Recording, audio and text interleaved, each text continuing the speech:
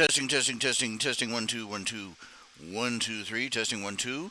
Hey there, hi there, ho there. This is Ralph Hayes Jr., RH Jr. Reality Check, coming to you live over the internet through a series of tubes that we know as the boob tube called YouTube, bringing you yet another sampling of the debris littered all over the information superhighway.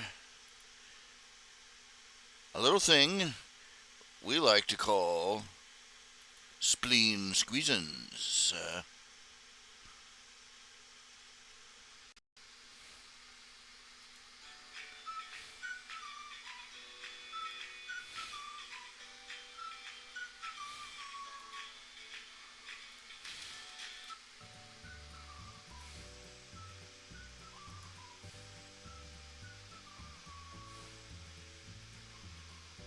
Bum, dum, ba-dum, bum.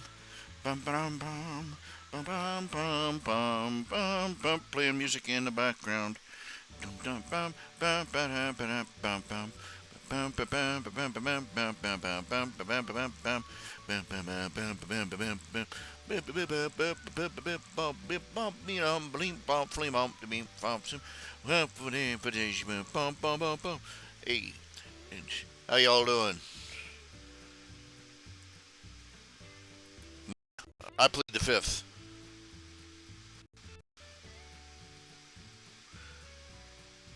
Yay.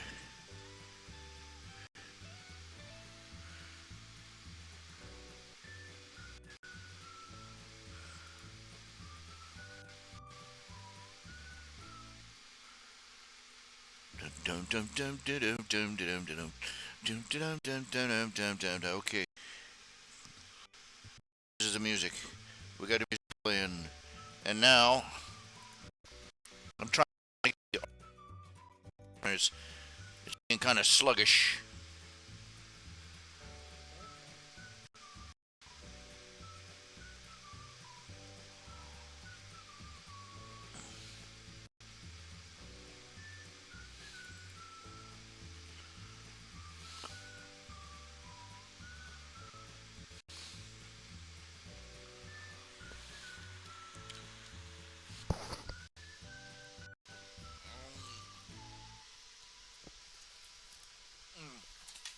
Excuse me a second.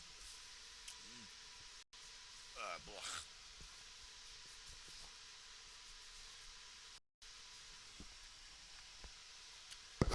Got a little fried egg in my beard.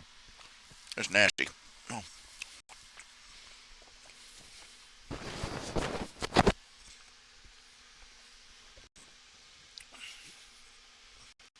yeah.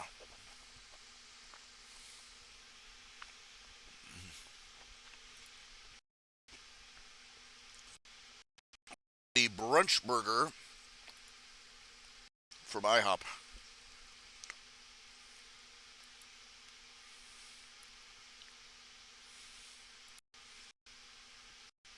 It's Marzo, grilled Angus burger with bacon and egg on top. That good. Of course, it's egg over.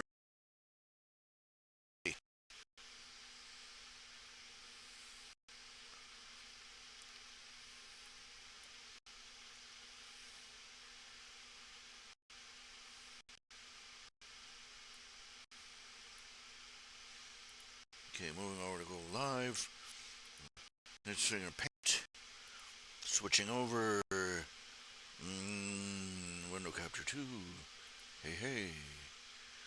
There we go.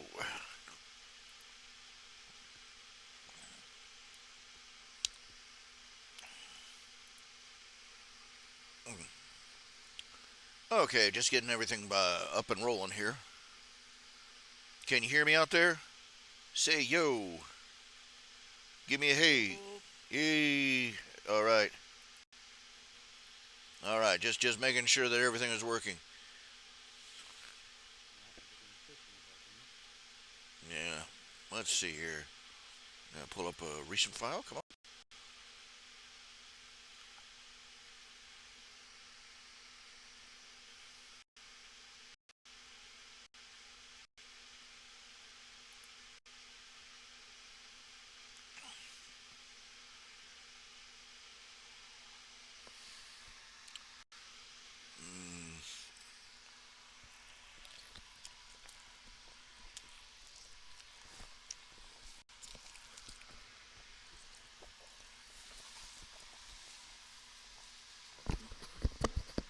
That's a good burger.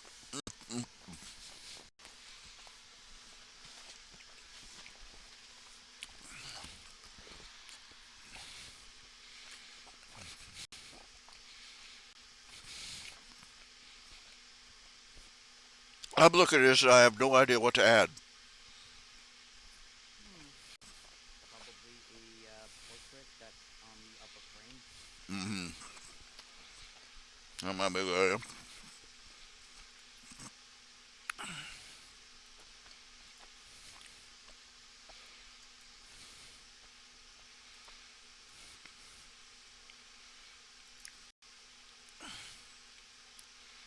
I never use these brush setting brushes. Oil flame pepper. Mm-hmm. Mm-hmm.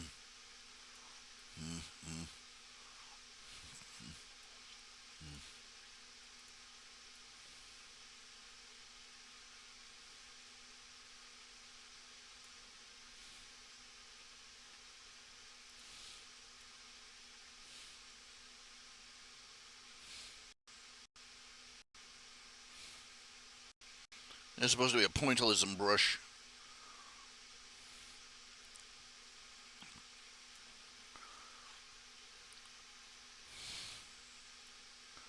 I love the fact reading about it, and it's supposed to be that they say Van Gogh or Van Gogh, however you pronounce him, invented. He basically invented. Was invented it, from what I understand. And the sad thing is that it turns out that he may have had like some sort of astigmatism that caused it. Really? Yeah, he had some sort of odd visual problem. They believe I forget. I've heard a couple of different theories. When he had some sort of visual, eyesight issue, or that uh, he had eyesight problems caused by certain concoctions he imbibed on a regular basis. Mm-hmm. And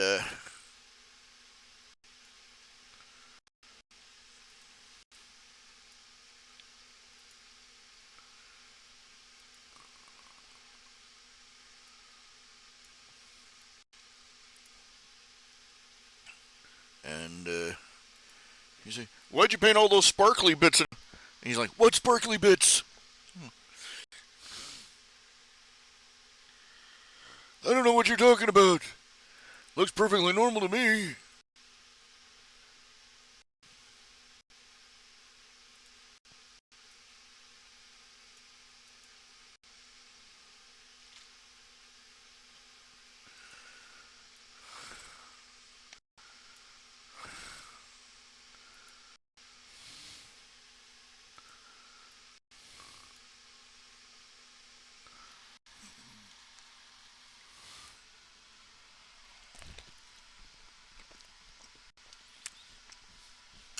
I'm just painting it like I see it. Which kind of says something about the artist of the piece. Mm-hmm. Yeah.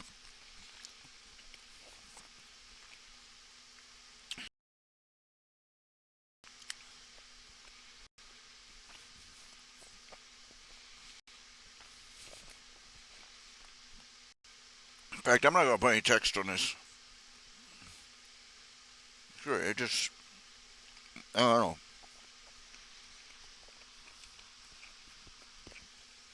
All that time, all that waiting for a blank page, right? There you go. Well, it's no problem.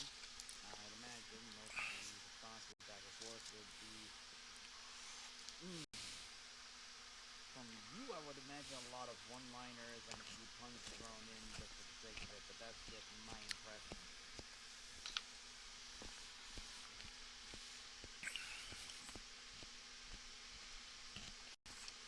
Really, not much. I don't want to spend the next hour trying to draw like an umbrella stand in the corner. I know. Even I'm going, get on with the story. One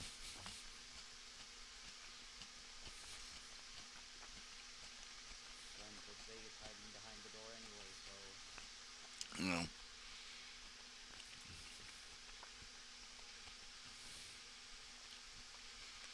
Okay, maybe a little something here. Let's see, font.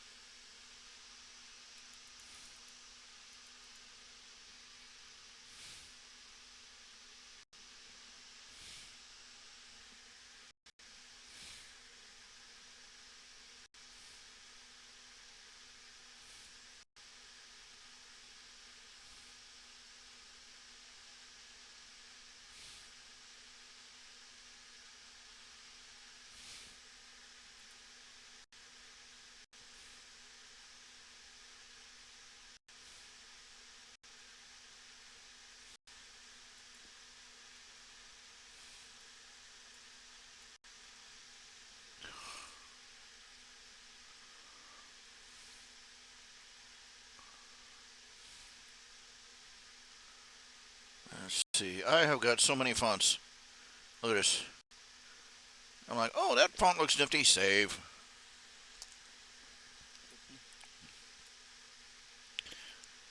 A few thousand of them, most people can't even tell the difference to look at them.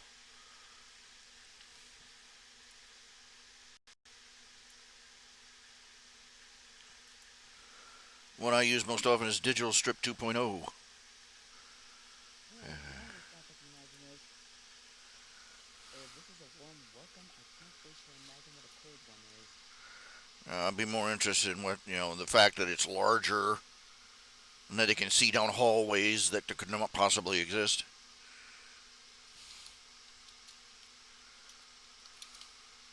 It's like either very interesting internal construction or some inventive use of looks is involved in this.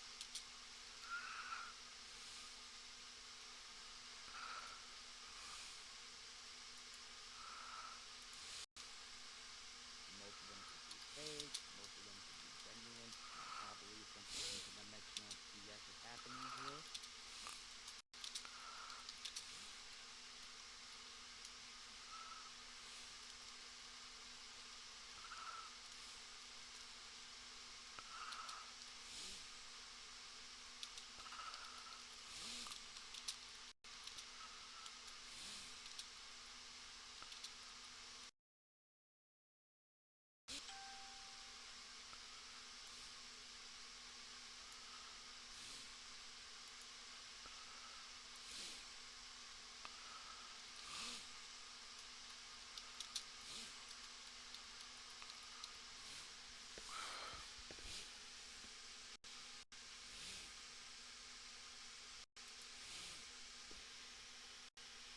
All that fuss, all that muss.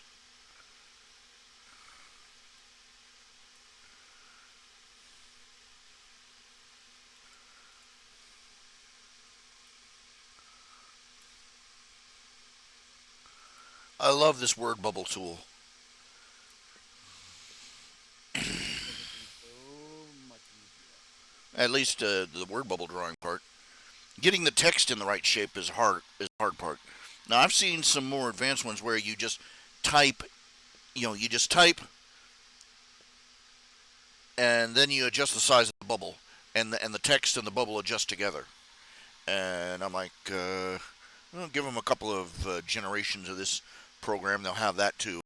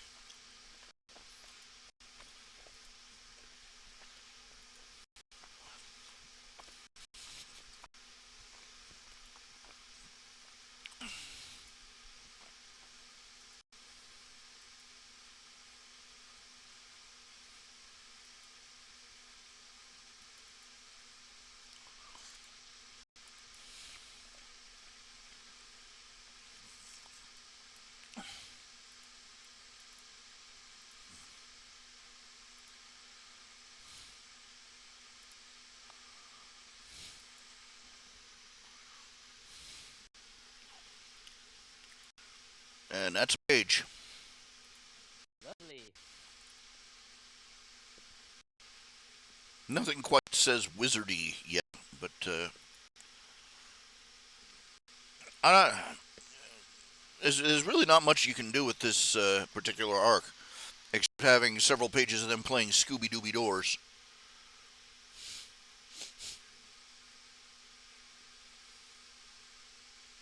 They wander into their house. Each of them, they get separated. They each find something that's absolutely terrifying. Go ah, and everybody runs around, and then they finally meet the wizard.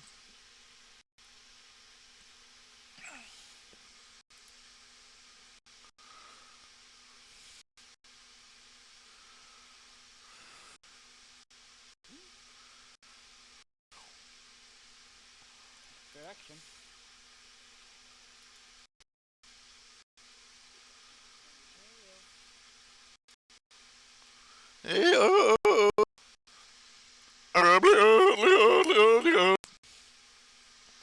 Oh,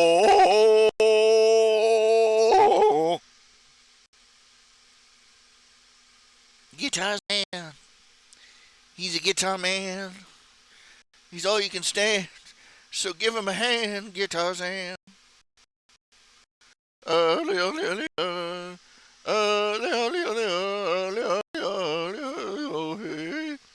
Okay.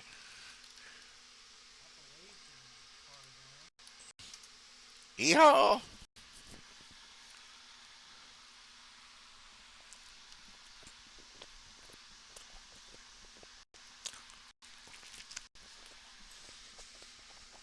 All right. Update the page.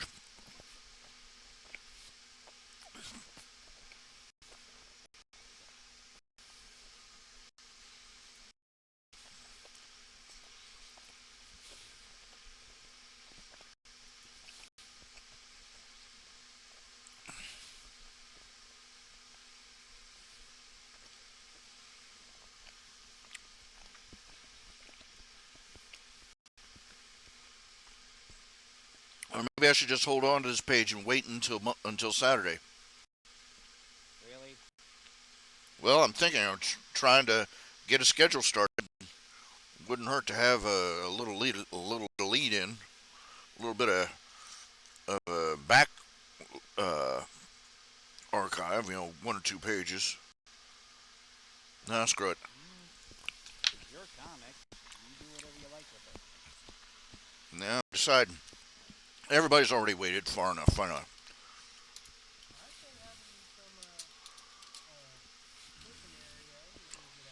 Well, what I'm going to do is I'm going to take the rest of this week, try and get a few sketches down, and get a little lead in that way. Get this week's strip. I wanted to have a new one for New Year's Day, but you don't know. There you go. But let's see here. Add media.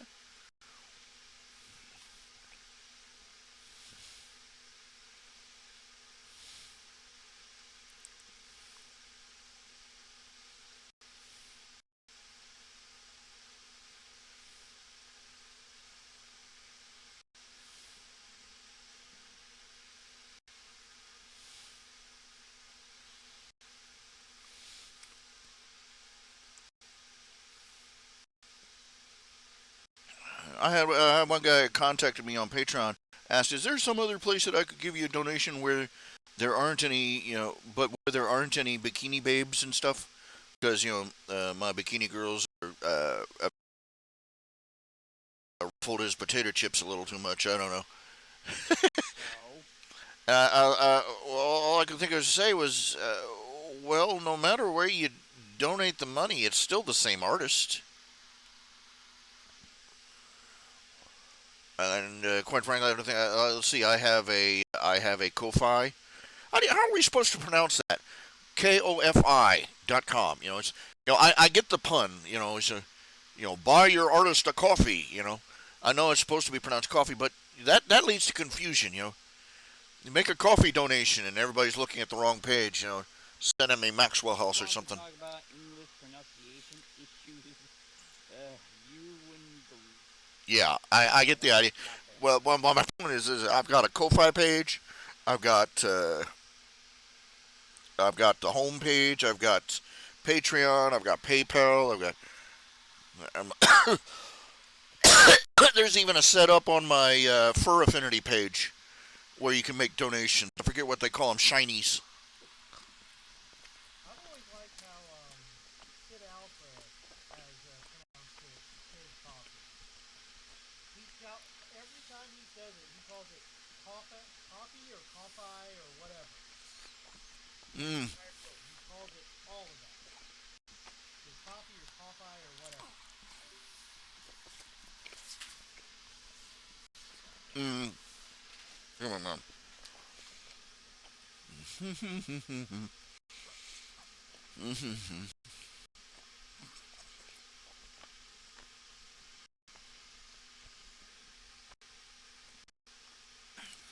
Sound of me chewing in your ear. Let me move this over.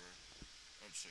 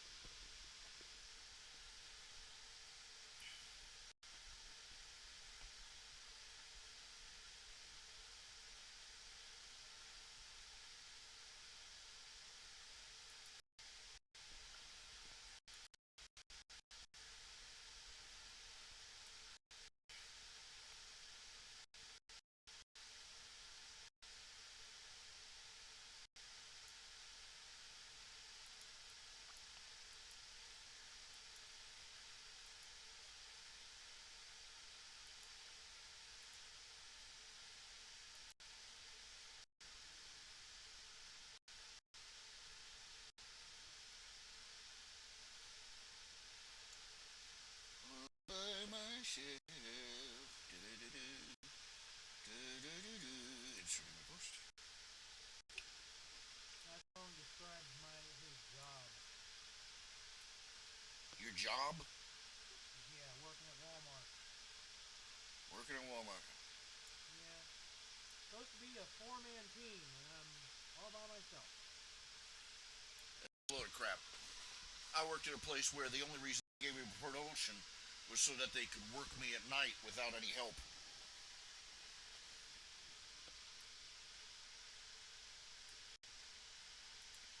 What does that tell you?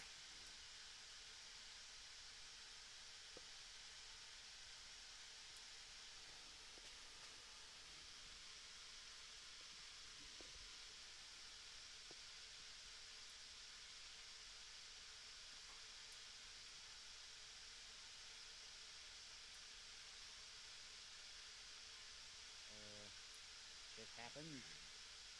Yeah, yeah, it all rolls downhill. Let's see here. Yeah, I've done everything right. There's a donut shop. There's a Krispy Kreme donut shop. Man, that place went downhill fast. Corporate came in and basically took the place over.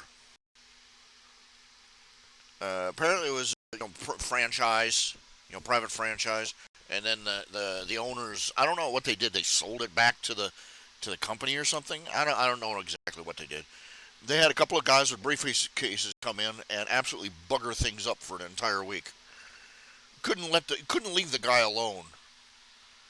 He's over there. Oh, you've got these adjustments on this machinery all wrong, and he screwed up the entire production line all for the entire day. And he was yelling. He had our shift supervisor. The poor woman was in literal tears because he wouldn't listen to anything she said. He was one of these by the book a-holes.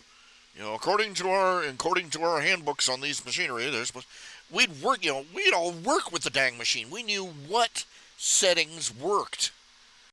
You work with a machine. You let a machine run for a while. It's going to develop, shall we say, little idiosyncrasies that are off plumb. Just getting it to drop the donuts square onto the little conveyor belt racks was an art form. Okay. He screwed up the fryer. He screwed up the glaze. He screwed up the donut extruder. And then he would yell at us when it didn't work.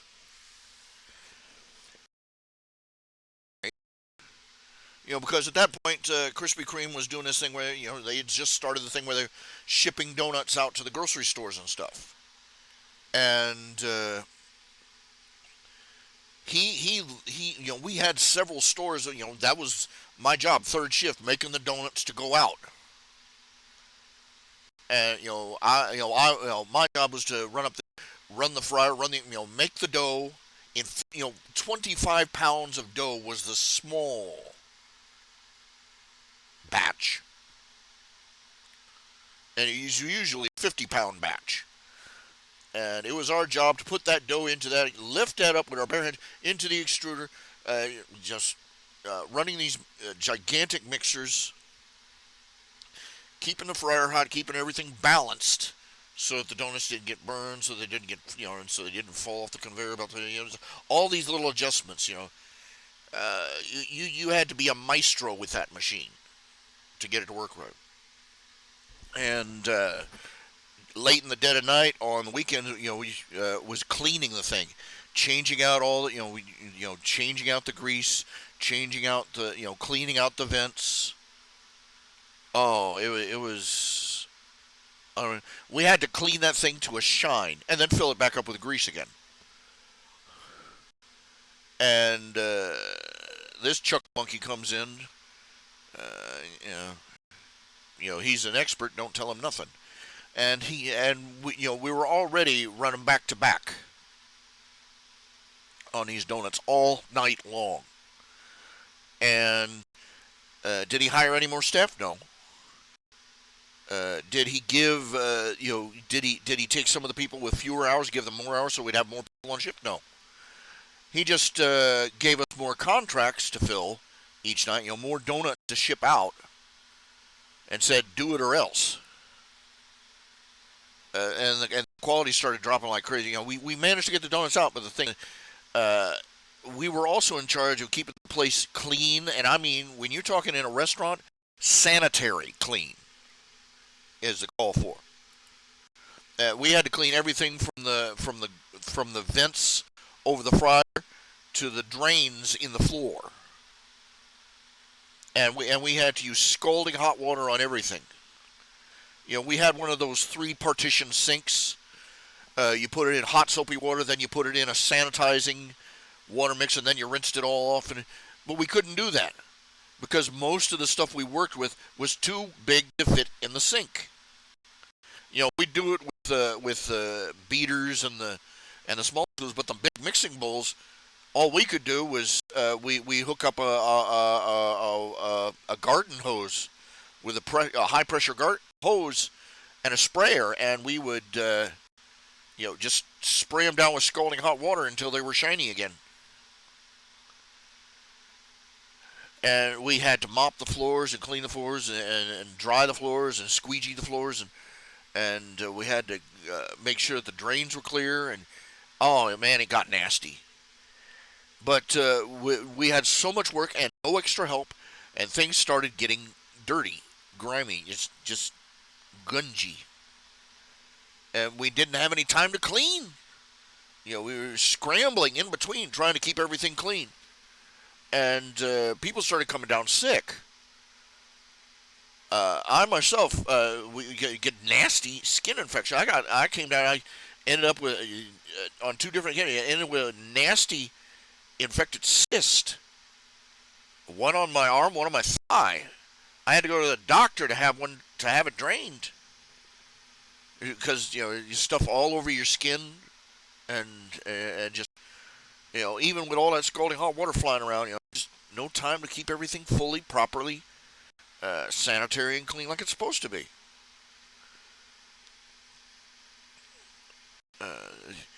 Uh,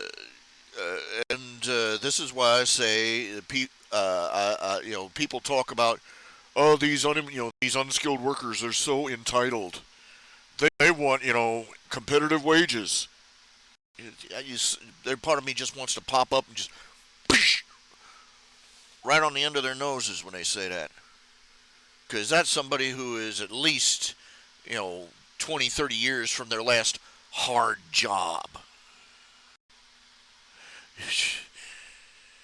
That guy who does the TV show Dirty Work, Dirty Jobs, you remember, what's his name? He always appears on TV wearing a baseball cap like he's one of the common blue collar men. That guy, I looked that guy's history up. He has never done anything remotely resembling blue collar work in his life. His first job was working at a TV studio.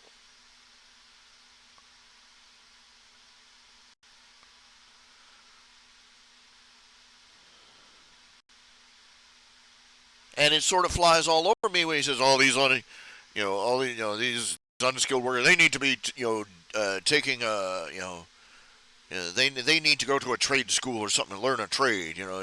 They need to, well, yeah, technically speaking, true, yeah. But when are they supposed to stop eating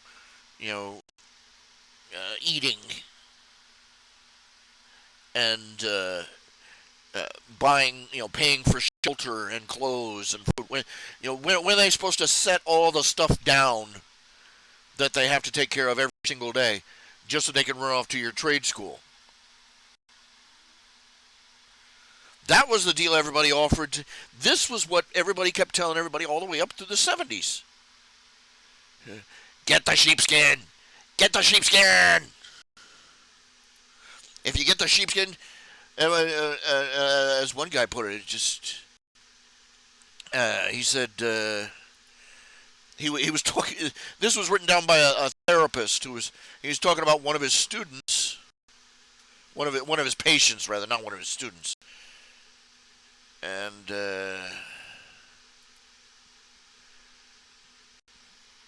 his patient said, you know why I hate why do you hate the boom? He asked him, why do you hate the boomers so much? He said, why do I hate that generation so much? Because for our entire lives, from the moment we were born to the moment we graduated from high school, it was get into college, get into college, get into college, get into college, get into college. Take out a loan if you have to, but get into college. What do you want? You want to end up flipping burgers the rest of your life? And he said, and we did. We got into college, and we got into huge debt, and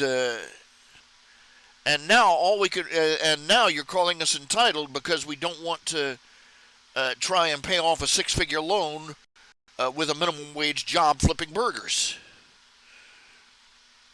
And he said, the therapist said all he could do was sit there and say, ouch. We were sold a bill of goods. If higher education had been any other product,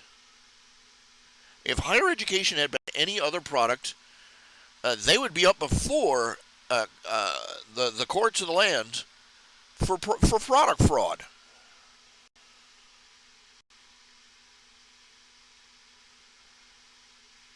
This little sheepskin, you say here, this little piece of sheepskin here will get you a job anywhere.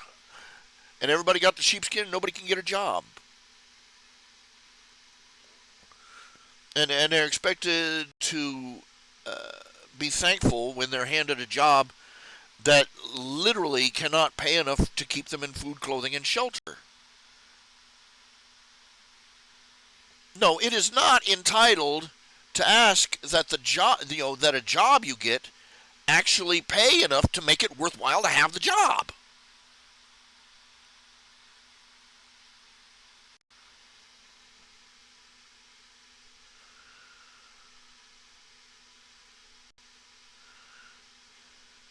Now they got,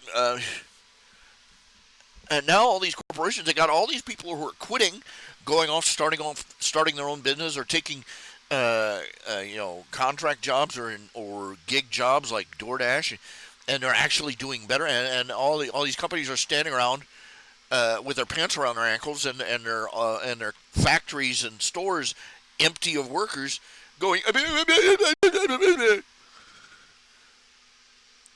what do we have to do to get you to come back?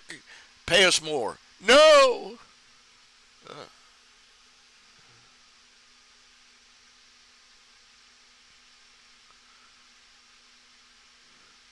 I hope it hurts.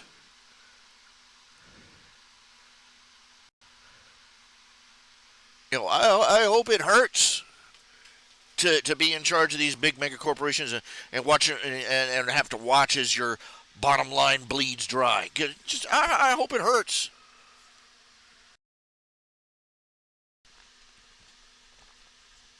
Because the way they treated their minimum wage workers, the way they treat their workers in general, they think that blowing smoke up their ass is a substitute for actually paying them a living wage.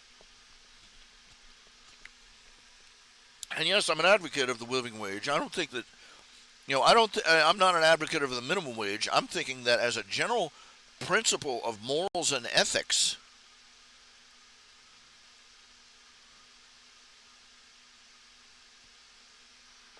that if your only goal in life is to see how much work you can get out of somebody without paying them, you're a dirtbag.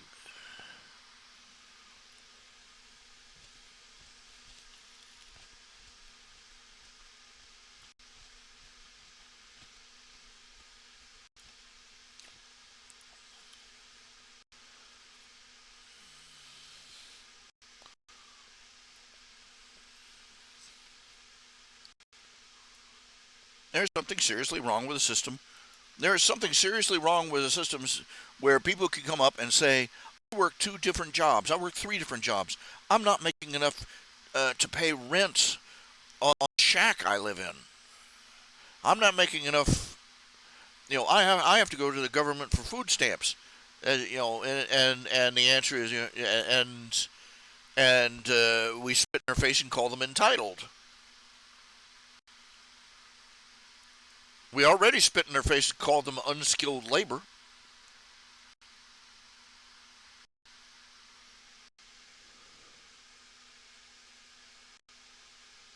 As if a monkey could come in and do their job.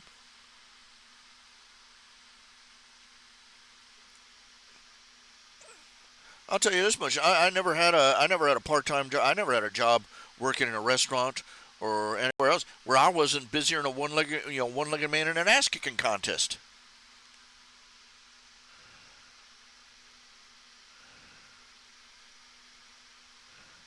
There were never enough people to do all the jobs, and you were supposed to be You were supposed to be in 3 places at the same time, and you had 3 different people yelling at you for not being somewhere else.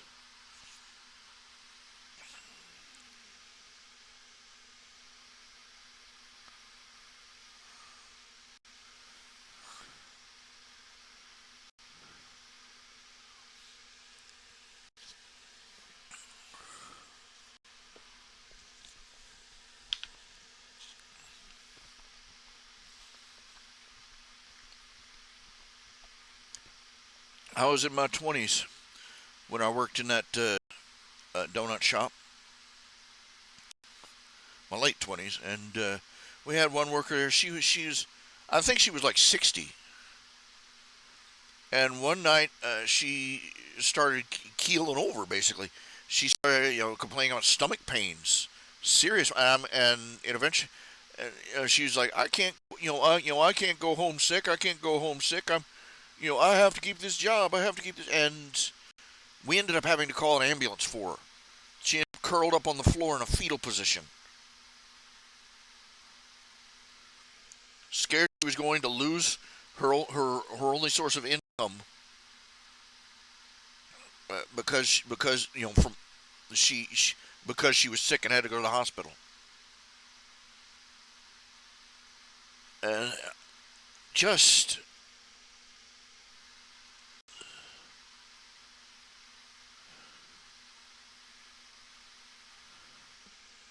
don't come at me and tell me that somebody who fixes the food you eat is entitled.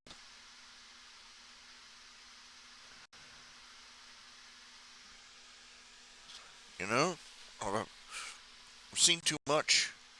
I mean, I've seen people who are just complete jackasses have these jobs. Can't get a decent day's work out of them. Yeah, there are slobs like that everywhere. Unfortunately, there's slobs like that all the way up at the corporate's office. Play that little tune somewhere else.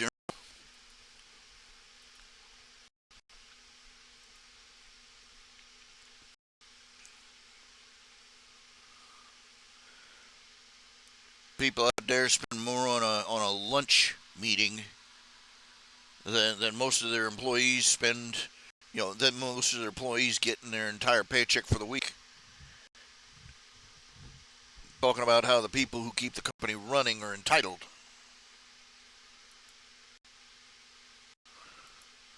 Spend a day pushing a mop or scrubbing a toilet. Then have somebody stand there and say, "Oh, you want more? You want more money?"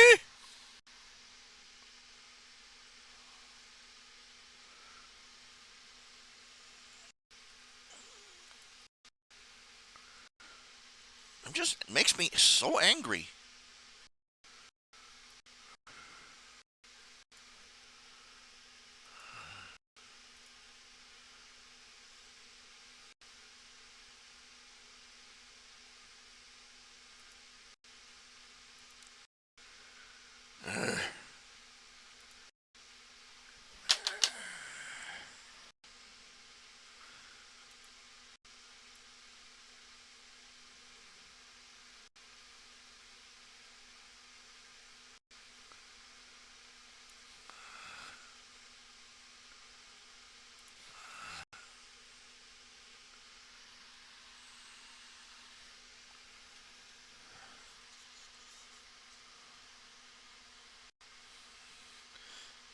And what gets me is that whenever this subject comes up, somebody immediately starts, "Oh, the minimum wage isn't any sort of solution." Well, thank you, Professor. Your economic lectures, great, deeply appreciated. Good work, Captain Obvious. We're not talking about the minimum wage, are we? The only one talking about the minimum wage is you.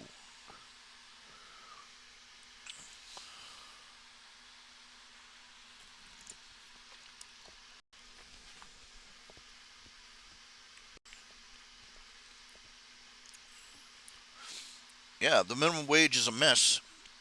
It's a bad idea right from the beginning. It's a wage. It's the government. A price ceiling or a price floor, however you refer to it, is a bad idea in any system, whether you're talking for labor, for products, or for anything else.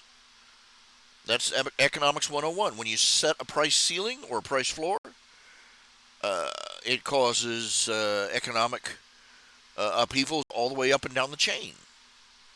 You fix the price for eggs at so many cents a dozen, that changes the price of everything that is made from eggs.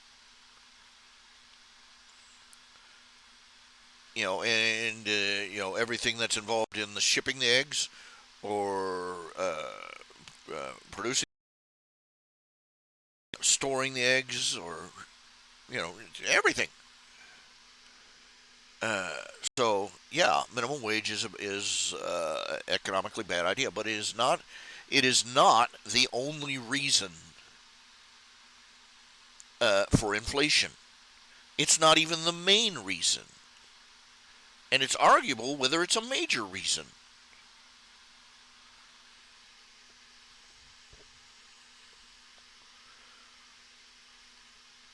It's a bad thing that causes all sorts of terrible knock-on effects, but it's not what we're discussing here.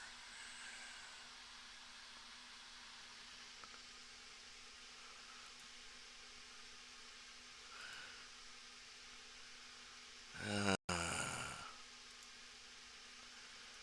can't find the strip size file. New.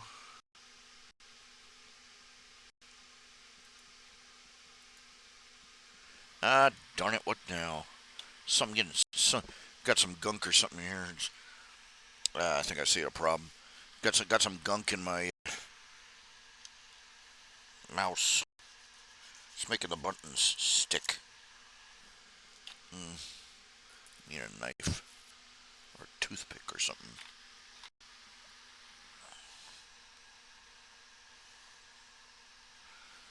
But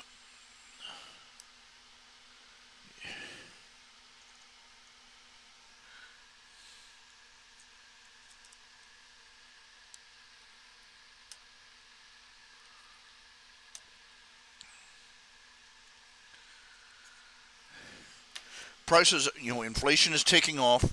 People are, uh,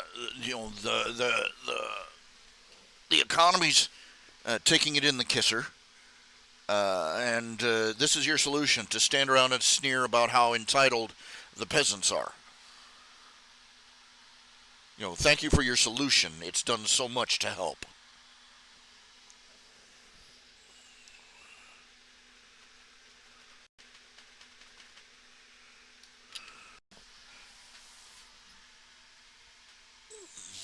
World's full of entitled people. They're usually they're on both sides of the counter. Karen.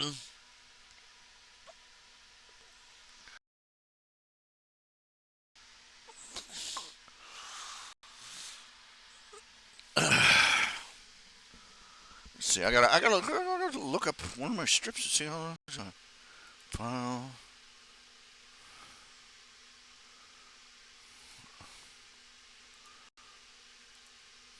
Screw it. I'll just do a rectangular version.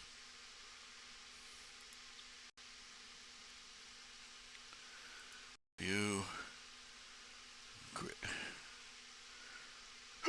Excuse me.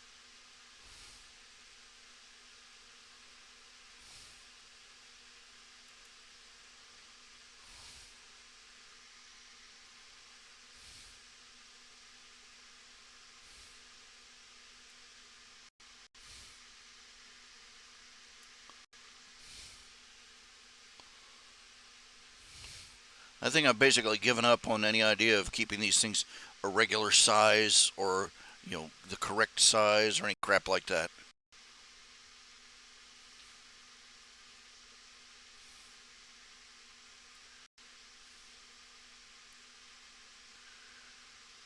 Life's short. I've run out. I'm running low on time.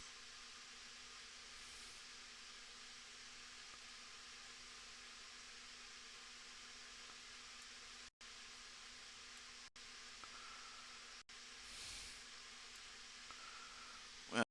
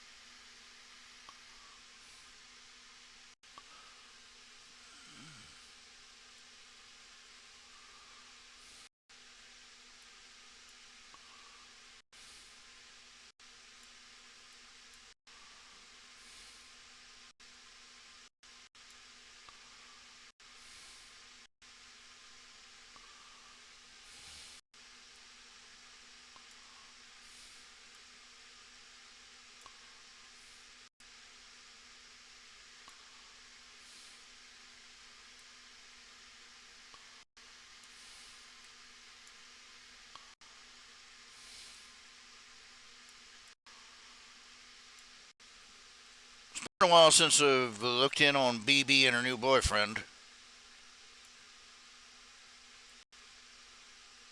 Probably at this point, their fiance.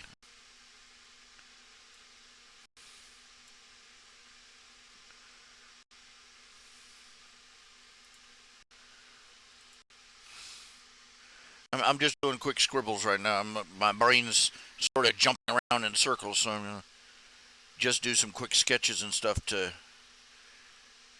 set down what I want to do next.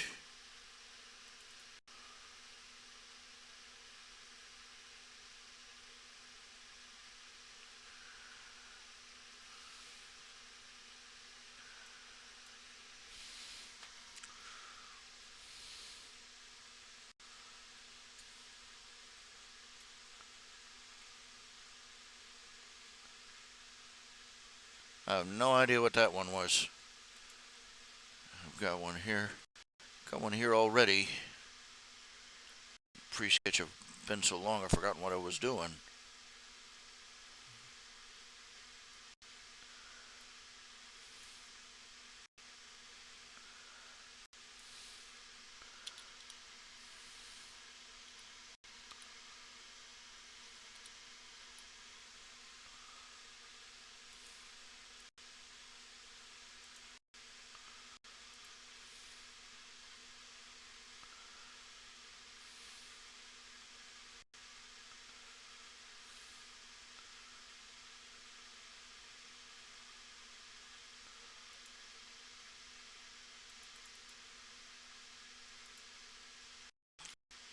Just gonna sit there and look at me, and it's just computer just gonna sit there and just rare, rare, rare, rare.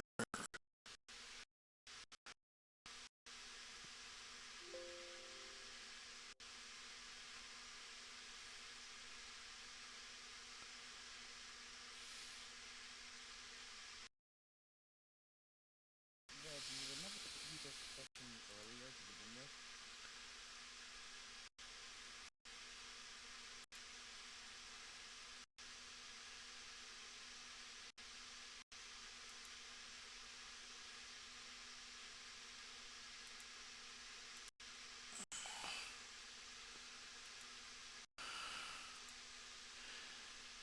I'm trying to get it to save here. Just and it's sitting here looking at me. What? Dang program.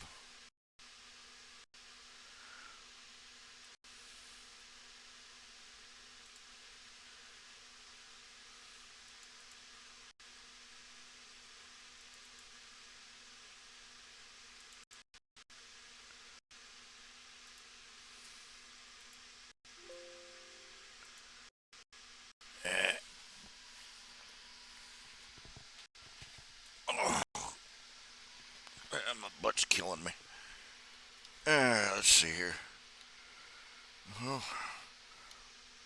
so far we're on making good steam. Got one comic done for the week, one comic page. Now I just have to get one comic strip and one uh,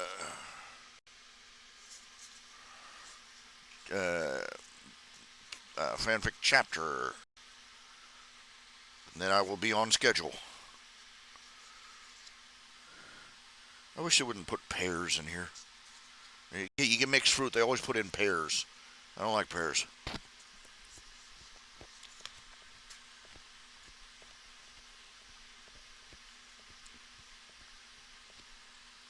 Pears are gritty. I don't like gritty.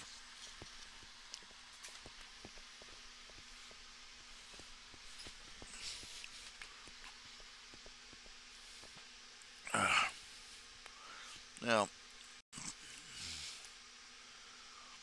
anyway, like I said, I watched Ghostbusters Afterlife. If there's anything to say, it's a good follow-up on the original movie. The thing of it is, it's a little too slow-paced, just a little bit, and the humor isn't quite as sharp.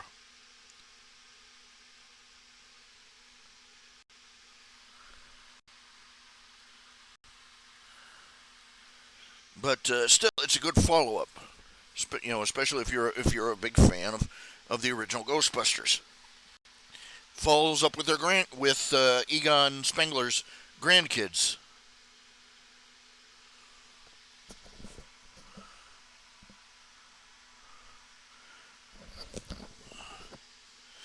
You see the trailers and you figure that the lady that played the secretary, you figure her character is going to have a more intricate part in it. No, she has a cameo and that's it. Kind of disappointing.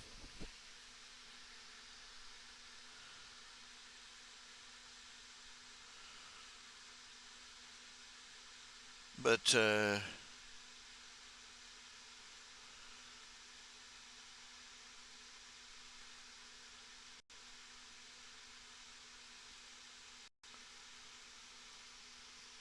the mom, the mother, is rather dislikable.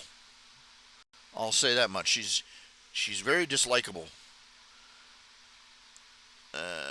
She's still she's mad at Egon because Egon basically from her perspective he basically abandoned their family, and the thing is she's turned rather hostile towards anything that has to do with science or the supernatural. And but Egon was a scientist. He was obsessed with his research, and then one day he runs off to this place way out in the boonies for no particular reason, and falls out of contact with his whole family, and including his daughter, and she's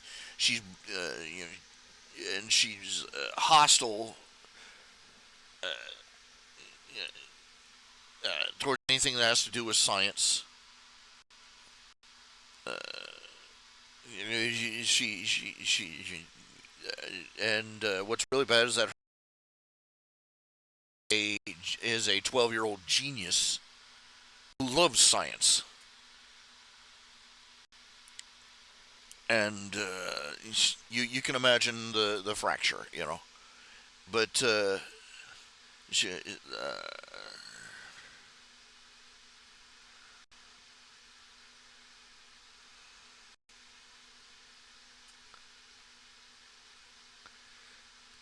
I don't know. She's not a very likable character.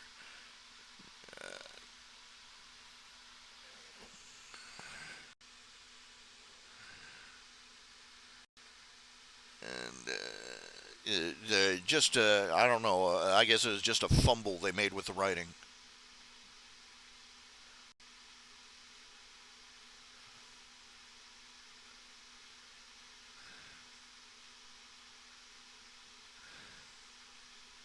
I'll tell you one thing. The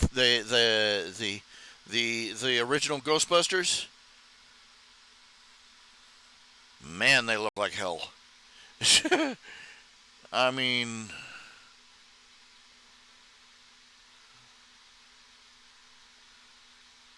I kid you not. The black guy still looks pretty good, but the other two, man, they look every inch their age, and a few extra inches beyond.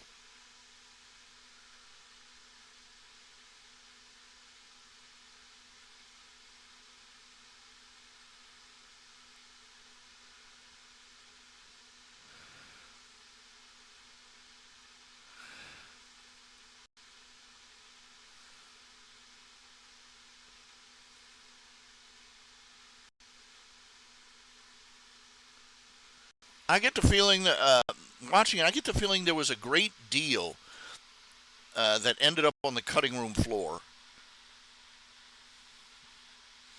that really was essential to the story. I suppose we will have to wait for the director's cut. Yeah,